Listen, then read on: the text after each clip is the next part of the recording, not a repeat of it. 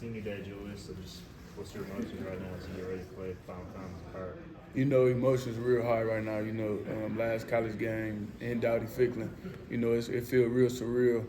How fast it went by, but it's amazing. And I'm just thankful and grateful to be in the position I'm at right now, and just taking it day by day, and just taking the moment all in.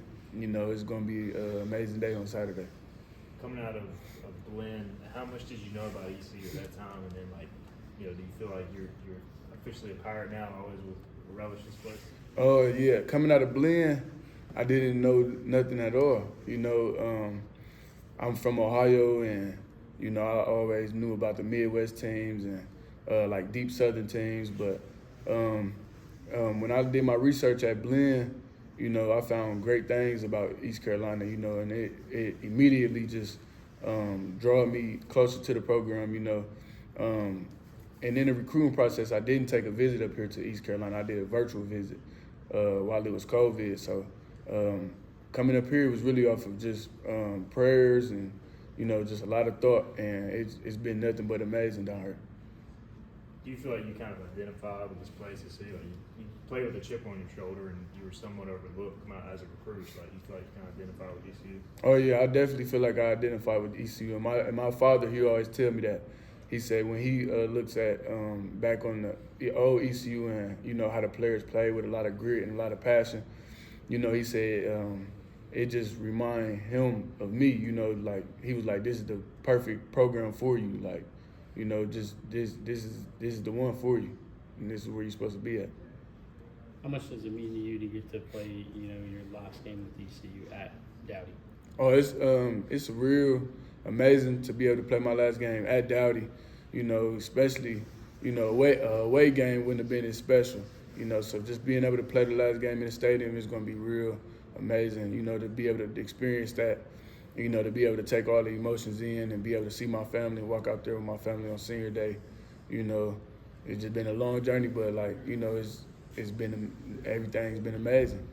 What's your favorite memory as a Pirate? As a Pirate, my favorite memory, it's a lot of memories, but my favorite memory will have to be probably the Memphis game, the pick six in the third quarter. All right, Thanksgiving's coming. I asked Jeremy, I'll ask you, what's on the menu? On the menu, everything's on the menu. I'm trying to eat everything. I'm trying to go to everybody's Thanksgiving party. So if y'all got any Thanksgiving invites that y'all sending out, make sure y'all don't miss me. But, everything's on the menu. Macaroni, mashed potatoes, chicken, turkey, ham. I like it all, so I'm with it all. Jeremy said his grandma's making all that, so you got to hit him. So I'm going to be going with Jeremy then. Yeah.